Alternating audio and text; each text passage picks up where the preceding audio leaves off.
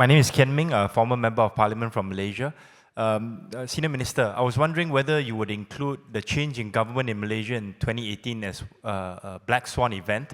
Were you, anticipating that to happen? And also, what adjustments do you think the Singapore government under your leadership did during the tumultuous times from 2018 to 2022 when there were a number of prime ministers? And lastly, do you think those changes that you introduced or you led would allow Singapore to adjust quite well to a possibility of a PAS-led Malaysian government under a PAS Prime Minister, the Islamic Party of Malaysia? Thank you.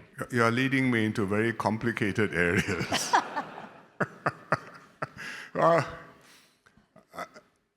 When you have an election, you never know until the ballot boxes are open what the outcome is.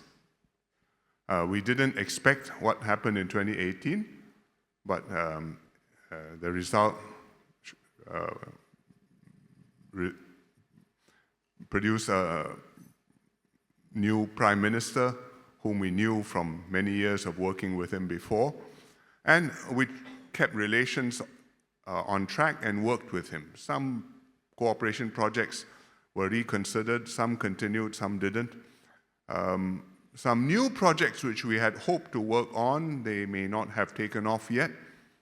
But, well, external policy always depends on domestic politics. If your domestic politics doesn't support it or doesn't give you the bandwidth to make major external decisions, well, that's just the way it is, and we have to wait until the politics enables things to restart.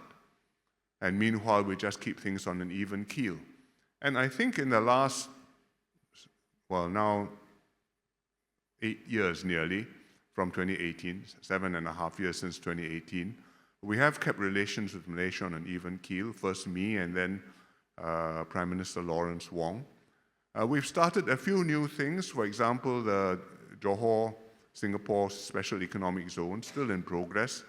We've continued and we are almost completing some ongoing projects, for example, the RTS link, which we hope will be done by end of this year or if not sooner thereafter. And there are new areas which we are still talking about, which may be difficult to solve, but which we hope we will be able to tackle without letting them derail the relationship. As for who forms the government in Malaysia, I think whoever forms the government in Malaysia, we have to work with them. Just as whoever forms the government in Singapore, you have to work with us. But the reality is also that we are very different systems. Singapore is multiracial and we go on the basis of equal opportunity and meritocracy. And in Malaysia, you are different. Yours is a race-based political system and based on a Bumiputra policy. It's the fundamental difference between our two countries. And I think, therefore, the relationship is complex, but we have found ways to coexist and to cooperate despite that, and I'm quite confident we will keep on doing that.